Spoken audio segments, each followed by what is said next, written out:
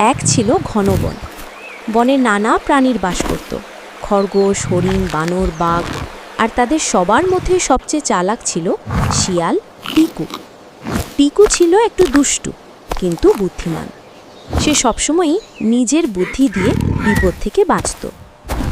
একদিন দুপুরবেলা টিকু খাবারের খোঁজে বনের ভিতর ঘুরছিল।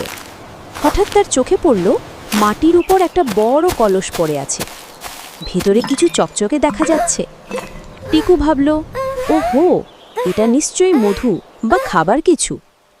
সে কলসের মুখে মুখ ঢুকিয়ে দিল, কিন্তু মাথা ঢুকল, বের হলো না। আরে ধুর! টিকু টানতে লাগলো, লাফাতে লাগলো, কিন্তু কিছুতেই মাথা বের হয় না। তখন পাশ দিয়ে যাচ্ছিল এক বানর। বানর হাসতে হাসতে বলল, কি হলো টিকু ভাই, নতুন ফ্যাশন নাকি? টিকু গম্ভীর মুখে বলল, চুপ, এটা কোনো সাধারণ কলস নয়, এটা জাদুকরি কলস। ভেতরে সোনার ফল আছে, কিন্তু কেবল চালাকরা সেটা নিতে পারে। বানরের চোখ চকচক করে উঠল। সে আগ্রহ ভরে জিজ্ঞেস করল, আমি কি নিতে পারি? টিকু বলল, অবশ্যই পারো, তবে আগে আমার মাথা বের করে দাও। বানর তাড়াতাড়ি কলস টানতে লাগলো। অনেক চেষ্টার পর টিকুর মাথা বের হলো।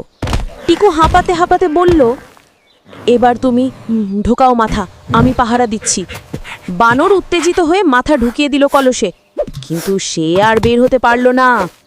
টিকু হাসতে হাসতে বলল, এই হলো বুদ্ধির জাদু। লোভ করলে মানুষ যেমন ফাঁদে পড়ে, তুমিও পড়লে। বানর চিৎকার করতে লাগলো, বের করো আমাকে টিকু ভাই। টিকু বলল, আগে প্রতিশ্রুতি দাও আর কখনো লোভ করবে না।